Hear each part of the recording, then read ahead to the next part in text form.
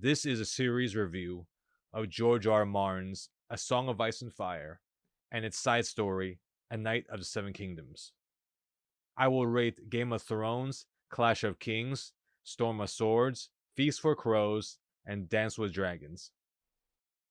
Then I will offer ideas on how we, as fans of the franchise, can make up our own endings in our heads, knowing that the Dream of Spring and the Winds of Winter aren't coming anytime soon. I will finish up with the Tales of Dunk and Egg, which is getting its own HBO series, A Knight of the Seven Kingdoms. Like the majority of readers, I started out being a big fan of the show. I rewatched a lot of the scenes of the show and had a lot of the iconic scenes and memes seared in my memory. And just like nearly everyone else, I found the last two seasons to be really lacking. The ending sucked and didn't make sense from a storytelling or character development perspective. For me, the majority of the characters had less than satisfying endings. These include Daenerys Targaryen, Jon Snow, Tyrion Lannister, Sansa Stark, Arya Stark, the Hound, and many more. They just didn't have a real sense of closure despite having really great character development. I think most fans have the exact same problem and feel the same way. So in order to fill all these gaps, I decided to read all the books. The chief benefit you get from reading the books is that you get a lot of details of the characters that didn't make it into the show. To the show's credit, a lot of the characters were extremely well acted and book accurate. This is because the actors of the show were very meticulously casted with the help of George R. R. Martin himself, which is pretty unusual and in stark contrast with what happened with The Witcher and The Rings of Power. A benefit of watching the show first is that when you read the books, you can imagine the actors of the show speaking, which really elevates the experience. The actors in the show were casted better than how our minds can imagine through reading alone. You can see their facial expressions, the visuals, the costumes, and the settings. The emotional communication. So for the most part, what we experienced through watching the show exceeded our ability to visualize it through the words in the books alone. The first book, Game of Thrones, was published in 1996. It is organized as memories from the point of view of many different characters. They are involved in several different plot lines. These include the noble houses of Westeros, the Wall in the Frozen North, and the Targaryen princess Daenerys. George R. R. Martin's storytelling in Game of Thrones can be considered moderate in pacing. It's balanced, and it doesn't become as slow as it was in Feast for Crows. The pacing is used wisely, as it focuses intensely on details and world building. It also has a profoundly addictive page-turning quality due to its brilliantly conceived characters and scenarios. So how did George R. R. Martin accomplish something like Game of Thrones? He spent years as a TV staff writer, vast experience writing compelling and efficient scenes. But it's also obvious to me that a vast amount of research and studying of medieval history, mythology, and fantasy was necessary in order to make such creativity possible. George R. R. Martin also researched on how to write children, and he's on record saying that it was one of his biggest challenges. I think he made it, as the quality of the writing for the child characters like Sansa Stark, Joffrey Baratheon, and Arya Stark were on point. There are also tons of intense and powerful situations in the book, with most of them reappearing on screen as iconic scenes in the first 4 seasons of the show. Due to its high quality, aspiring writers can use Game of Thrones as a useful reference on how to write and use a large number of diverse and interesting characters, and how to create a truly compelling and alive fantasy world. I personally rate it a 6 out of 5 star book as it is uniquely brilliant. A Game of Thrones is followed by the second book, A Clash of Kings. It follows where the first book left off and maintains its high quality. Clash of Kings expands the stories of the original cast of main characters, and introduces a second equally interesting crop of new characters as the War of the Five Kings takes place. This conflict is one of the most memorable parts of the show.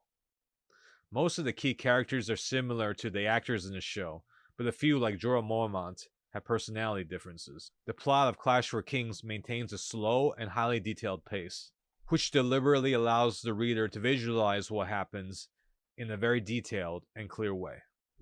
It is very absorbing and you lose track of time while reading. George R. R. Martin continues to demonstrate his genius. and it's evident that he did massive research to create this world and write these characters. The characters were also profoundly sympathetic, and you could really feel for them in the story. For me, there were 5 best character arcs. The first is Daenerys Targaryen. Daenerys' story as the rise of the female Alexander the Great is so interesting and well written that it could have been its own series. The second great character is Tyrion Lannister. George R. R. Martin is on record for saying that Tyrion is his favorite creation out of them all. It is quite obvious from reading the books that Tyrion gets special attention throughout and was written to be very dynamic. Tyrion is presented as being very clever and having great situational awareness and wit. The third is Arya Stark. Her struggle to stay alive while being surrounded by misery and bitterness is one of the best I've ever seen. The fourth is Catelyn Stark. She has a mother's problems as her son takes big responsibilities at such a young age. And the last is Theon Greyjoy. Theon's mistakes and emotional issues are highly relatable to young men. The majority in Clash of Kings, the book ends with them either at the beginning or in the middle of their character arcs, and with a series of cliffhangers. I rate this book a 6 out of 5 stars. Storm of Swords is the third book in the Song of Ice and Fire. It continues with the War of the Five Kings as various factions compete for kingship. The Lannisters compete with Stannis for the throne. Robb Stark and the Greyjoys declare their independence. There is high drama in the far north, with Mance Rayder's wildlings approaching the wall, held by the Night's Watch. Daenerys sails west in her quest to retake the Iron Throne. 2 massively iconic weddings in the trial are presented in exhaustive detail. Due to their brilliant retelling in the show, they become memes. And of course, many iconic character departures of the show are featured here as well. Storm of Swords continues to have a very human but also very pessimistic tone. The style of the book is the same as before. The plot moves slowly but is saturated with details that really absorb you into the world and the minds of the characters. They come alive as they do in the show. In Westeros, life is terrible and unfair, and things don't happen as we or the characters themselves expect. Hopes and dreams fail miserably in the end. Their greed and their desire to control others dominate the landscape. In a way, I see Storm of Swords as the final part of a high-quality trilogy, because the first 3 books are closely linked together. The books also cover the first 4 seasons of the HBO show. Seasons 1, 2, 3, and 4 are considered by the fans to be the best, before the show really started to decrease in quality. I would consider Game of Thrones and Clash of Kings to be perfect fantasy books. Storm of Swords is close, but there are some issues. The narrative remains highly detailed and interesting, but there's a decline in the quality of the pacing. The first half of the book is well balanced, but the second half suffers from a slowdown in the narrative. The character development also slows down, which makes the overall experience less absorbing. George R. R. Martin remains awesome at world building and creating a lot of new and interesting characters. However, the characters don't quite reach their potential. They could have been psychologically deeper than they are, and thus much more satisfying. For some characters, the psychological progression is too simple or even non-existent. There is also the appearance of scenarios that are used for shock value. George R. R. Martin also uses these scenarios to cut off loose ends and abandon plot lines. Potential psychological death and character progression are cut off because the characters themselves are simply destroyed. And it's not just minor characters that get destroyed. 4 of the biggest main characters are abruptly taken out of the story. Readers had a lot of investment in these 4 highly developed and important characters to the story. Now, I get how George R. R. Martin does this to subvert expectations, but sometimes good characters should stay alive longer, at least until their character arcs achieve a satisfying closure. These guys still had a lot of story to tell. While the red and purple weddings were amazingly well told and well conceived as events, these disasters didn't need to occur so early. In a way, it just looks like George R. R. Martin is getting rid of old characters just to make space for new ones. The problem is that it wastes a lot of investment and time spent building up these characters over the course of some 3,000 pages. A better time to end their stories is with Dance with Dragons and Winds of Winter. But despite these problems, there are some very strong character arcs. Stannis Baratheon and his interactions with Davos and the Red Priestess are among the best in the series. Arya's dark adventure continues to be great, and the Hound develops into a great character. Jaime Lannister is a favorite and is written to be compelling and neither good nor bad. The Lannisters overall are the most interesting faction, with the troubled relationship between Tyrion, Tywin, Cersei, and Joffrey being very well done. Tyrion's character continues getting special treatment and way more focus due to being George R. R. Martin's favorite character. Overall, I give Storm of Swords a 4.5 out of 5. It has some flaws, but the outstanding aspects push it up a notch. Like the previous two books, it has a lot of epic and unforgettable moments that were captured in the HBO television series. As far as A Song of Ice and Fire goes, the first three books can be considered a masterpiece, with a decline in quality very soon to come.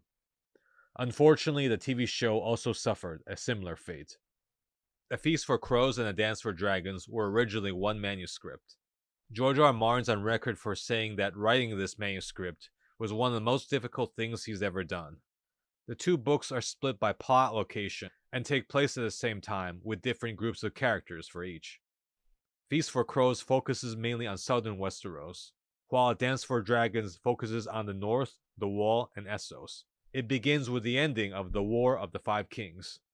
Stannis Baratheon has gone off to fight the invading wildling tribes at the Wall, and fulfill the mystical prophecy promised by his Red Priestess, Melisandre. Jon Snow has become Lord Commander of the Night's Watch, and is now in charge of guarding the Wall. The boy king Tommen Lannister now rules in King's Landing, under the guidance of his mother Cersei Lannister. The warrior woman Brienne of Tarth has been sent by Jaime Lannister to find Sansa Stark. Sansa is now hiding with Littlefinger, who is now Protector of the Vale, and the guardian of Lysa Arryn's son, Boy Lord Robert Arryn. Arya Stark's dark adventures continues, along with the stories of the Martell and Greyjoy factions. Many of the old characters from Storm of Swords return, and we see a continuation of their stories. But there are major flaws with Feast for Crows. George R. R. Martin did not organize the character arcs nearly as well as previous books, and the character point of view chapters feel like chronicles that are not fully connected to the main story. The way the book focuses on geographic location while omitting half of the characters is also a flaw. Without George R. R. Martin's favorite characters, Tyrion Lannister, Jon Snow, Daenerys Targaryen, the heart of the story is absent. A Song of Ice and Fire always centered around the White Walker invasion, and the Targaryens retaking the Iron Throne. So Feast for Crows brings readers onto journeys that are tangential to the main plotline. The focus is instead on small events and side quests. Because of this, Feast feels like the Game of Thrones soap opera, rather than something more impactful. So you can see that the inertia of the plot is the main problem. Cersei's content starts off strong, but gets overlong and meandering. A lack of focus is also evident in Sam Tarwell and Gilly's storyline. Brienne of Tarth is also a disappointment. Both the Ironborn and Dorne segments with the Sand Snakes are not interesting and can be called duds. Overall, the crop of new characters introduced in Feast for Crows are not exactly top shelf, and have pretty cliched and derivative elements. They certainly don't feel interesting and fresh. They can't be compared to the original and highly iconic cast of main characters. In my opinion, George R. R. Martin should have dropped these new characters, and spent the time continuing the stories of the original set of high-quality main characters. Another problem, albeit minor, is how there are so many unnecessarily long descriptions of the food they're eating. I know that cuisine is an interesting part of the world of Westeros, but that really belongs somewhere else. At times, it is so excessive that it breaks the narrative flow of A Feast for Crows. Another problem is that the dialogue throughout the story is frequently flat and repetitive. The same phrases and tropes are used over and over again. There is also a lot of overused vulgarity and too much focus on female struggles under male oppression. Now, there's nothing inherently wrong with this, but they're employed in a way that's emotionally manipulative. To me, it's clear that George R. R. Martin wants to evoke emotional responses, such as righteous anger, pity, and disgust. The frequent reuse of the same storytelling tropes lessen the impact with every reuse, and the overall impression is George R. R. Martin struggled to write this manuscript because he had exhausted his finest ideas years ago. A Feast for Crows, while moderately entertaining, is unfortunately a big step down in quality compared to the first three books. After reading the first three books, readers can go into Feast for Crows having high expectations. They believe that they will be thrilled and they will come out of it with a better understanding on how A Song of Ice and Fire will end. Unfortunately, these lofty objectives won't be met, so expectations should be tempered somewhat. Overall, I would describe Feast for Crows as moderately entertaining, but sometimes boring and bland as far as plot development goes. Real fans of A Song of Ice and Fire should read it, but Game of Thrones casuals don't need to. Instead, the first three books, A Game of Thrones, A Clash for Kings, and A Storm of Swords, are first class and should be read and thought as standing on their own. It's kind of like the show. How many people kind of disown the later seasons, especially after season 4. There is always the option to disown parts of Feast for Crows if it doesn't meet your standards. I rate A Feast for Crows a 3.5 out of 5. A Dance with Dragons follows the story of 18 different characters, and is part 2 of the manuscript is shared with Feast for Crows. Daenerys Targaryen now has 3 dragons, and has a hard time ruling as the Queen of Meereen as she's surrounded by her enemies. Tyrion Lannister is fleeing Westeros and is on his way to find Daenerys. Winter is coming. Jon Snow, as Lord Commander of the Night's Watch, faces human and inhuman enemies. And the Lannisters see their stories continue as well. Like Feast for Crows, Dance with Dragons shares a lot of the same strengths and flaws. The best storylines are those that involve Jon Snow and Theon. Chapter 46, A Ghost of Winterfell, which was about a murder mystery taking place in the castle, was one of the best chapters in the book. Daenerys' side stories in Meereen was an interesting diversion from her usual quest for power.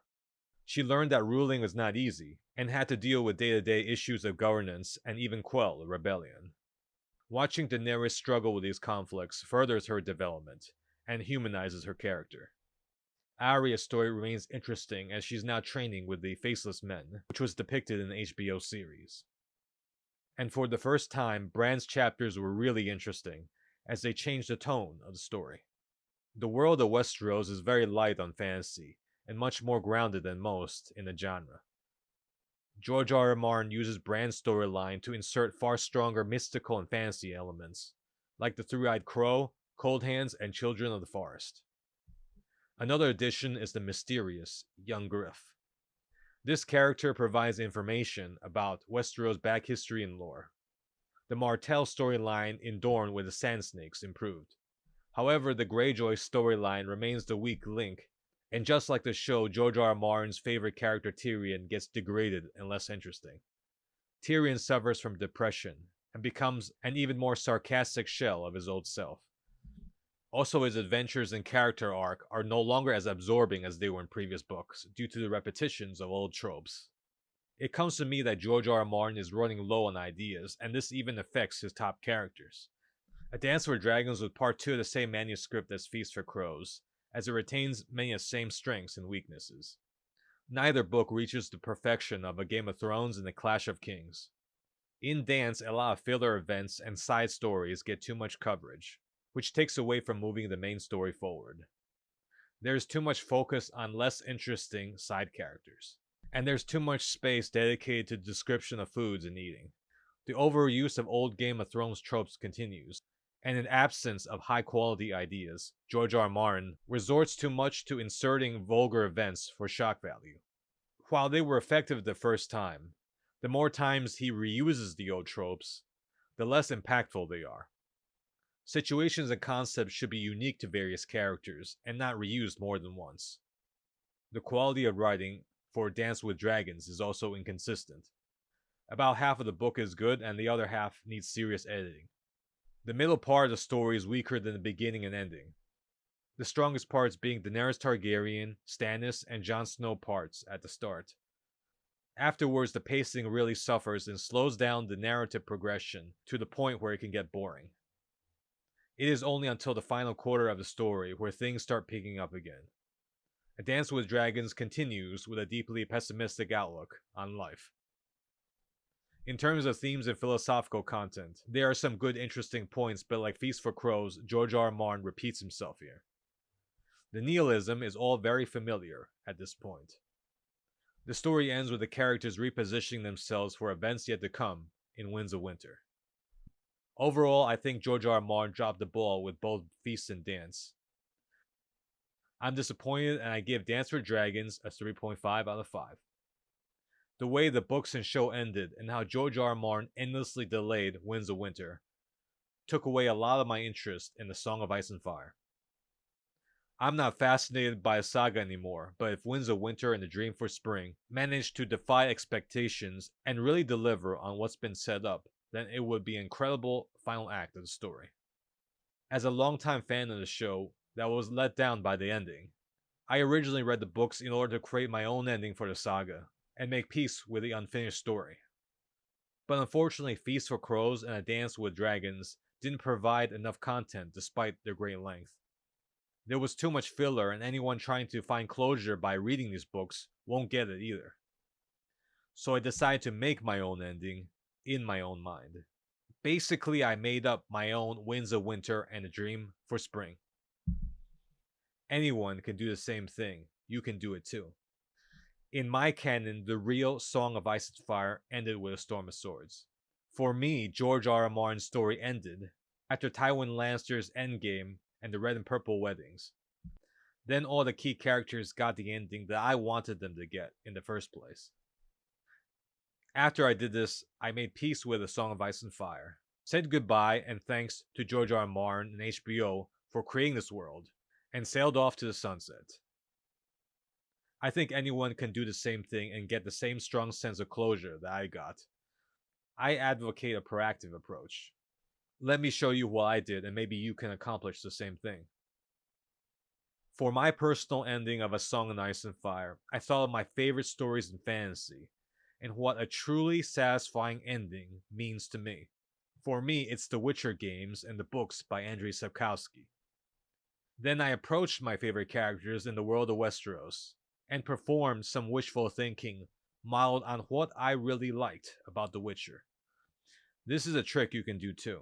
If you like Lord of the Rings the best, or any other fantasy series, you can transfer what your preferences are from another fantasy series to A Song of Ice and Fire.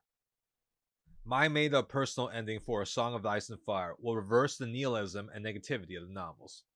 It's a philosophical and moral ending that's both complex and inherently positive. I would like to see as many redemption arcs as possible for both the villains and the anti-heroes. In my personal ending, I want the cycle of conflict in Westeros to end. For me, the first 3 books fully exist and are canon, but Feast for Crows and A Dance for Dragons are mostly on the chopping block. In my mind, I will discard everything I don't like, but keep what's quality. My version of Winds of Winter and A Dream for Spring will start with various factions positioning themselves for war. Davos returns to Stannis. Stannis and Davos become Jon Snow's mentors, and the Jon Snow character grows a lot in maturity and wisdom. After Jon Snow's training is done, the White Walkers start to steamroll Westeros. The Boltons and their allies are the first to encounter the monsters, and they are destroyed.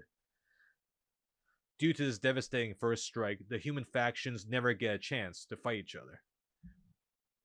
They are stunned and are forced to fight the White Walkers in an uncoordinated manner. Stannis and the Watch fight the monsters and are defeated. Stannis falls in battle along with the Red Priestess Melisandre. Before their end, both realize the prophecy of Azor Ahai was wrong. Jon Snow and the remnants of his command flee south. This cataclysm causes all the human factions to pause their civil war, as it is clear that they have a common enemy and that the White Walkers are truly apocalyptic. With diplomacy, Jon Snow unites the humans against the White Walkers. The White Walkers are defeated, but at a very heavy cost to humans, and all of Daenerys Targaryen's dragons are lost. The loss of the Great Dragons is tragic but necessary. This is the medieval equivalent of nuclear disarmament. After the great victory, Jon Snow and Daenerys Targaryen become king and queen and unite the realm despite everything. There will also be a shocking redemption arc for Cersei. Cersei will get her vengeance on the High Sparrow and the Faith Cult, just like in the show. The threat to the Lannisters will be removed. But Cersei gets mortally wounded and passes away in a slow and lingering way. Jaime Lannister spends weeks on her bedside, and there's some sort of final redemption there through finally having time to think and reflect on her terrible actions. She will finally understand the truth. It'll be a very moving and unexpected twist given George R. R. Martin's one-sided characterization of this villain. With the passing of Cersei Lannister, Jaime Lannister is free to take control of his family, and is free of her. He marries Brienne Tarth. As for Tyrion, he gets with Penny the Dwarf Girl and overcomes his depression, while being Daenerys' useful and trusted advisor. George R. R. Martin's favorite character Tyrion gets a truly happy, glowing ending, and he can finally live in peace after the war. I can go on and on about the other characters, but I'll end it here. My ending is a traditionally satisfying ending, and the broad strokes are somewhat predictable. In writing, it's called The Hero's Journey, and is well known in the screenwriting community. But unlike the Song of Ice and Fire books, who try to subvert fantasy and storytelling tropes, I chose the safe option. It has been utterly fulfilling, and for me, I'm done with the franchise until Winds of Winter. I think that fans should get the ending they deserve after so much time and so many emotions invested in the franchise, and so many hard times for the heroes of the saga. My ending is a really straightforward ending that would have been way more satisfying than the ones the fans got in the show, and would have made everyone more or less happy with the final result. After the disappointment of Feast and Dance, and the final seasons of HBO's Game of Thrones, I think we all have better ideas about how things should have gone down than the showrunners. The new Game of Thrones spin-off show, A Knight of the Seven Kingdoms, will be released in the year 2025. Many have read A Song of Ice and Fire, but not so many know of the side content outside of watching House of the Dragon. This video will tell you what this new show is all about. A Knight of the Seven Kingdoms is a collection of the first 3 stories of the Tales of Dunk and Egg. These are the Hedge Knight, the Sworn Sword, and the Mystery Knight. They take place 90 years before the events of the main Game of Thrones series. The Targaryens still occupy the Iron Throne, and the memories of the last dragon still remain among the living. The Tales of Dunk and Egg follow the adventures of the knight Duncan the Tall, nicknamed Dunk, and his boy squire, nicknamed Egg. The 7-foot-tall Duncan begins his story as a squire of a deceased nomadic hedge knight. He adopts his master's equipment as his own, and gives himself the moniker Sir Duncan the Tall. He sets off on a knight's tourney in order to earn an income for himself. On the way, he manages to recruit a boy to be squire, nicknamed Egg. This boy, oddly enough, always shaves his head, and is of mysterious and influential origins. The dynamic duo travels to the knight's tourney together. As an illegitimate knight, Dunk manages to manipulate himself into the competition, but soon gets in trouble by offending the nobleman, Arya. Dunk is then dragged into a situation where he must have a trial by combat, and then gets into an entanglement where the squabbles of various noblemen force them to choose one side or the other. The 2 groups of nobles clash in mortal combat. During the battle, Dunk proves himself to be a worthy fighter, and in the end, continues his journey with his squire Egg to Dorne. Duncan the Tall eventually makes his way to the Reach, and swears to serve the knight, Sir Eustace. Once again, he gets dragged into other people's feuds, this time between Sir Eustace and Lady Webber over land squabbles. Violence occurs, and the situation escalates between a cast of characters that make up 2 sides. In this complex scenario, Dunk demonstrates his moral worthiness as a knight, his skill in battle, and his ability to navigate the situation to a peaceful and successful end. Dunk leaves with Egg to travel to the Wall in the frozen north. They seek service with the Starks. On the way, Dunk connects with a group of knights and lords, traveling to the tourney in honor of the wedding of the Butterwells and the Freys. The victor of the tourney will win the coveted Dragon's Egg. Dunk once again gets sucked into the intrigues and feuds of knights and lords. He fights in the tournament only to find the Dragon's Egg to be stolen, and his squire Egg's life on the line. Like in the previous story, Dunk's good instincts and moral uprightness help him make the right and just decisions. He keeps himself alive as well as Egg. He finds himself embroiled in epic political drama concerning Bloodraven and other nobles, this time more as a witness than as a participant. The final story of A Knight of the Seven Kingdoms ends with a cliffhanger. In a way, Dunk's journey has only begun. The Dunk and Egg tales are different from A Song of Ice and Fire. Their scope is much smaller, and the story is very simple and straightforward compared to the overly complicated main saga. It took only a few months to film 6 episodes of the show based on the book. The striking difference between Dunk and Egg and the main characters of the original saga is how ordinary they are. George R. R. Martin is known to create subversive characters, but these two are very much traditional. Instead of following the elite of Westeros, we are following the adventures of a lower class knight, who is written as a heroic underdog. The concept of Dunk the Hedge Knight is very similar to the Japanese Ronin, as both are wandering warriors with no master. Dunk is low-born, illiterate, but at the same time very morally upright, brave and chivalrous. He is ironically a true knight, in contrast to the corrupt and dishonorable knights he encounters in his ventures. So he's a typical stock character in that way. He's likable because he's humble and he's good. Basically, he's the male version of Brienne of Tarth.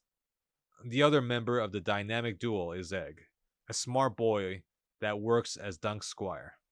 He is also a special kid with a secret backstory that's revealed at the end of the story. As the two characters progress in their journey, more and more secrets and backstory of the world of Westeros are revealed. So it can be said that the tales of Dunk and Egg are an addition to the saga, and flesh out important details of Westeros' prehistory and world building.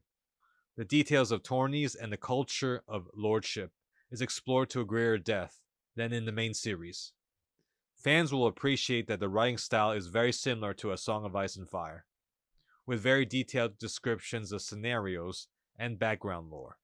There are a lot of Easter eggs, name dropping, and references to the world of Westeros. But overall, the Dunk and Egg stories aren't as detailed or interesting as Game of Thrones. They aim at being more pedestrian and less epic than A Song of Ice and Fire, and largely hit the mark. They lack the super high intensity and high stakes of the main series. The main problem is Dunk and Egg as characters are simply too generic and too safe. They come up a bit short and are generally kind of forgettable. But I expect that the new show A Knight of the Seven Kingdoms will be a potentially good experience if it's well acted and well directed, based on the source material alone. Like A Song of Ice and Fire, the tales of Dunk and Egg are actually unfinished, and are unlikely to be finished anytime soon. So unfortunately, there are no real closure or ending. Overall, I like these stories, but they didn't really leave a huge impression on me. I rate the Tales of Dunk and Egg a 4 out of 5. Thanks so much for watching. Please help out this channel by liking, subscribing, and ringing the notification bell. Comment below on what you think about Game of Thrones and George R. R. Martin.